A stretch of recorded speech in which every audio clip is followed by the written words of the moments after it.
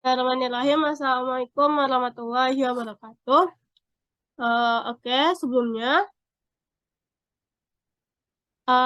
kami dari kelompok 7 yang akan mempresentasikan materi tentang atom berelektron banyak dan interaksinya dengan medan magnet. Sebelumnya kami ada berlima orang. Yang pertama itu adalah saya sendiri, yaitu Dehatul Aisy. Yang kedua itu Anissa Nandasari.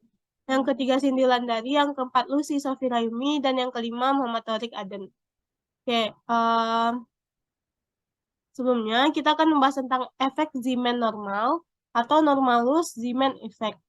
Pada efek Zeeman normal, sebuah garis spektrum terpisah menjadi 3 komponen yang benar-benar teramati dalam beberapa unsur. 3 komponen garis spektrum terpisah, tetapi seringkali tidak teramati 3, melainkan teramati 4, 6, atau lebih.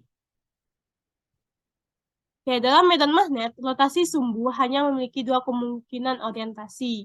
Yang pertama itu ke arah atas, itu arah medan magnet. Yang ke bawah itu ke arah momen magnet. Nah, terpecahnya tingkat energi dari keadaan D disebabkan oleh pemasangan medan magnetik. Hanya diasumsikan suatu momen magnetik orbital. Oke, bisa dilihat gambarnya seperti yang di samping.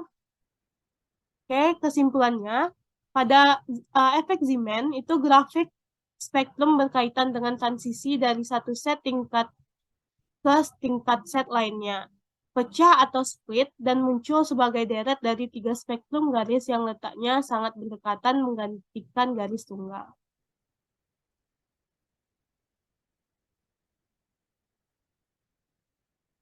Nah, selanjutnya akan dijelaskan oleh Lucy. Kepada Lucy, disilakan. Eh, Oke, baik, lanjut ke elektron dalam medan magnet yang dimana rumus elektron sama dengan E0 dikurang mu SZ dikali B. Seperti ini rangkaiannya. Oke, next.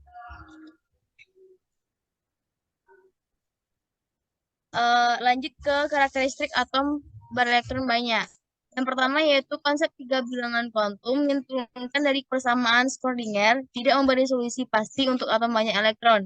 Yang kedua, adanya elektron lebih dari suatu memerlukan pertimbangan dari berbagai aspek, yaitu yang pertama, perlunya bilangan kuantum keempat, yang kedua, batasan jumlah elektron yang memperolehkan dalam orbital, yang ketiga yaitu diperlukan tingkat energi yang lebih kompleks. Next.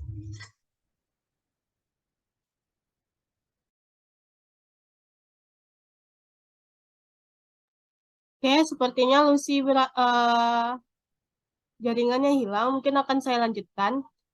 Yaitu konfigurasi elektron harus memenuhi. Yang pertama itu ada aturan Aufbau, yang mana elektron akan menempati subkulit dimulai dari subkulit dengan tingkat energi terendah. Nah, yang kedua itu adalah larangan Pauli, yang mana tidak ada dua elektron dalam satu atom yang mempunyai bilangan kuantum yang sama. Yang ketiga itu ada aturan Hahn, yang mana bila elektron mengisi orbital yang setingkat, maka elektron tidak membentuk pasangan terlebih dahulu sebelum masing-masing orbital terisi sebuah elektron.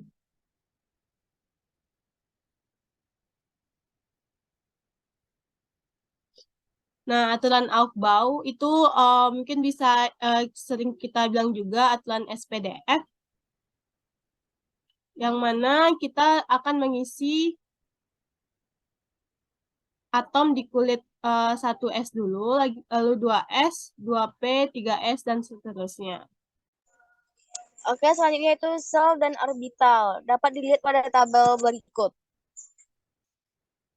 Next.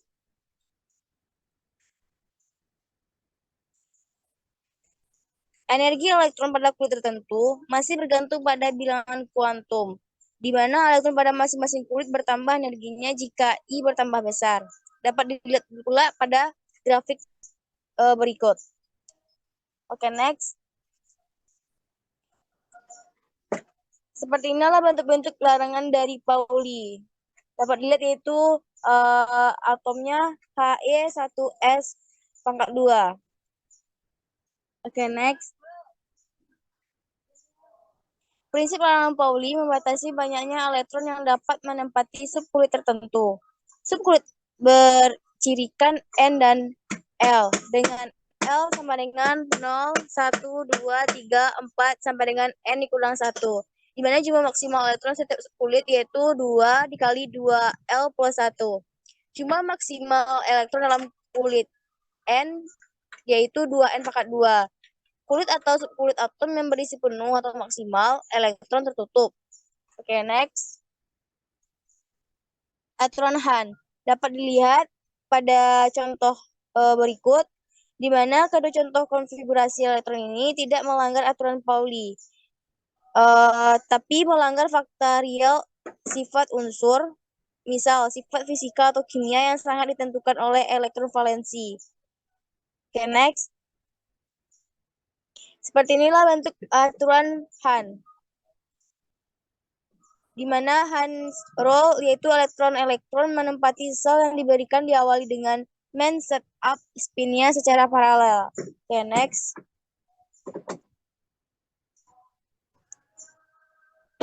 Electron configuration in diagram for H to Na sebagai berikut contohnya. Oke, next. Dan ini tabel dari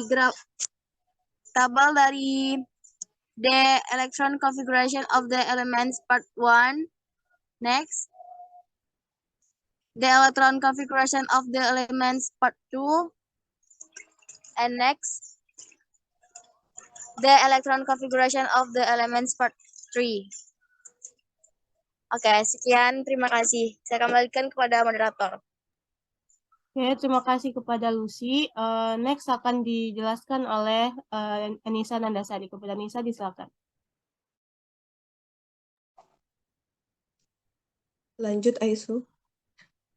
Nah, pada momentum sudut orbital total dan spin total dalam subkulit tertutup adalah 0, di mana momen magnetnya adalah 0, tidak menarik elektron lain, elektronnya tidak mudah tertarik.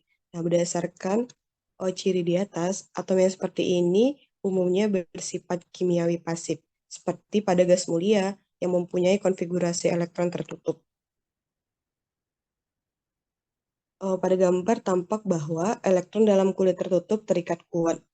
Contohnya di sini ada Xl54 dan Br35. Lanjut. Pada tabel 2 dapat diklasifikasikan dan dapat dirangkum nomor atom dari beberapa elektron. Simbol N bernilai positif, di mana simbol N merupakan tingkatan energinya. Simbol L adalah momentum angular, simbol ML adalah momentum magnetik, dan MS adalah spin yang bernilai plus setengah atau minus setengah. Next. Nah, energi ionisasi adalah energi yang dibutuhkan oleh atom agar elektron yang tarikannya paling kecil dapat dipisahkan secara sempurna. Contohnya pada Mg, kita dapat menjabarkannya sebagai Mg plus dan elektron negatif. Lanjut. Energi ionisasi yang terletak pada periode ketiga pada gambar bagian bawah, di mana energi ionisasi apabila semakin rendah energi ionisasi suatu unsur, maka unsur tersebut akan bersifat logam. Lanjut. Nah, unsur dalam satu periode memiliki kesamaan jumlah kulit yang terisi elektron, sedangkan elektron valensinya atau elektron pada kulit terluar akan bertambah dari kiri ke kanan. Tabel 9 ada contoh konfigurasi elektron pada periode 3. Next. Unsur dalam satu jalur vertikal atau tegak memiliki kesamaan jumlah elektron valensi pada kulit terluar, sedangkan jumlah kulit akan bertambah dari atas ke bawah. Pada tabel 10, terdapat konfigurasi elektron unsur golongan 1A. Lanjut. Selanjutnya akan dijelaskan, saya kembalikan kepada moderator.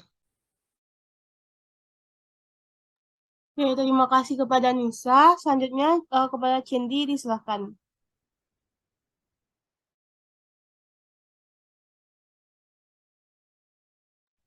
Baik, selanjutnya jari-jari atom. Nah, untuk jari-jari atom ini, semakin banyak elektron dalam suatu atom, itu makin bawah letak suatu unsur dalam satu golongan pada tabel berkala, maka besar ukuran atom itu. Yang kedua, jari-jari atom menurun dari kiri ke kanan dalam satu periode. Yang ketiga, terdapat penurunan tajam dalam ukuran 2 atau 3 atom pertama, tetapi sesudah itu ukuran atom hanya berubah sedikit dalam daerah transisi. Oke, lanjut. Ini ada gambar dari beberapa jari-jari ion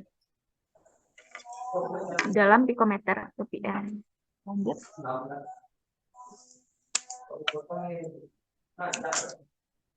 Oke, selanjutnya itu terkait slide selanjutnya elektronegativitas.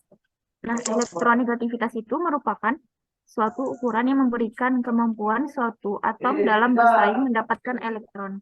Yang kedua, sebagai patokan kasar, logam mempunyai elektronegativitas kurang dari 2. Metaloid kira-kira sama dengan 2 dan bukan logam lebih besar dari 2. Oke, lanjut. Itu afinitas elektron. Afinitas elektron adalah energi yang dilepaskan atau diserap oleh atom netral apabila menerima sebuah elektron untuk membentuk ion negatif. Semakin negatif harga afinitas elektron, semakin mudah atom tersebut menerima atau menarik elektron dan semakin reaktif pula unsurnya. Yang kedua, afinitas elektron bukanlah kebalikan dari energi ionisasi. Dalam suatu golongan dari atas ke bawah, harga afinitas elektronnya semakin kecil. Dalam satu periode dari kiri ke kanan, harga afinitas elektronnya semakin besar. Unsur golongan utama memiliki afinitas elektron tanda negatif, kecuali golongan 2A dan 8A. Afinitas elektron terbesar dimiliki oleh golongan 7A. Lanjut.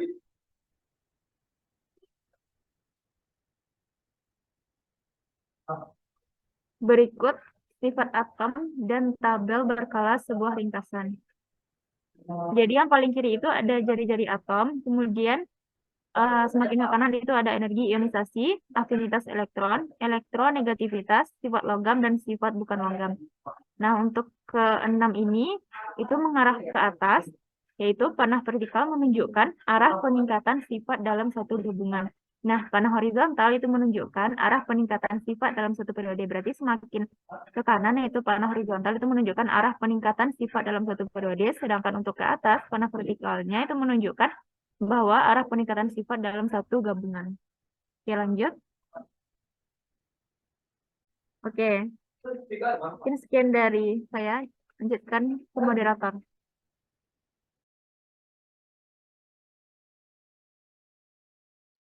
Oke, terima kasih kepada Cindy. Oke, untuk selanjutnya akan dijelaskan oleh Tarik. Kepada Tarik, disilahkan.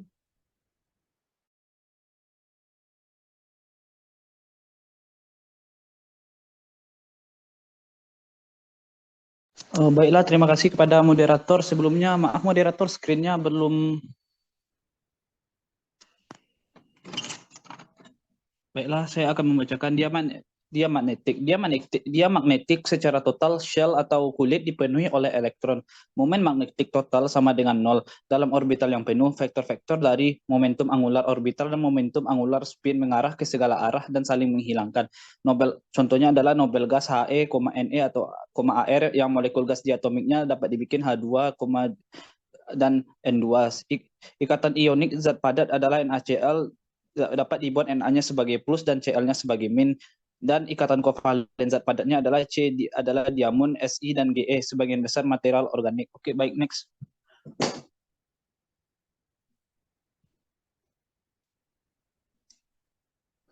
Paramagnetic shell atau kulit sebagian terisi penuh oleh elektron. Momen magnetik total tidak nol. Dapat dibikin rumusnya adalah mu 0F sama dengan G akar J tambah J tambah 1 dikali mu B. Komponen dari momen magnetik diserahkan sesuai dengan arah medan magnet keluar, sehingga dapat ditulis dengan mu 0F, H atau medan magnet sama dengan G kali M dikali M, MJ dikali mu B. Oke, next. Fine and hyperfine struktur merupakan terpecahnya spektrum garis sebagian hasil dari interaksi medan magnet disebut fine struktur. Inti atom juga memiliki momen dipol magnetik yang berinteraksi dengan momen magnetik total dari elektron. Efek ini disebut hyperfine struktur. Baik, next. Contoh aplikasinya dapat kita ketahui yang pertama adalah MRI. MRI itu adalah magnetic resonance imaging atau MRI adalah pemeriksaan medis menggunakan teknologi magnet serta gelombang radio untuk mengidentifikasikan kondisi tubuh. Bisa dikatakan MRI adalah semacam scanner yang mampu melihat hingga ke bagian organ dalam. Yang kemudian contoh berikutnya adalah Roentgen lamp. Roentgen lamp adalah lampu adalah alat untuk memberi penerangan pada film X-ray atau foto negatif Röntgen agar lebih ronsen atau agar lebih mudah dilihat secara jernih. Baiklah, saya kembalikan ke moderator. Ya, mungkin sekian presentasi dari kami kelompok 7. Mohon maaf atas segala kekurangan. Mungkin sekian. Terima kasih. Assalamualaikum warahmatullahi wabarakatuh.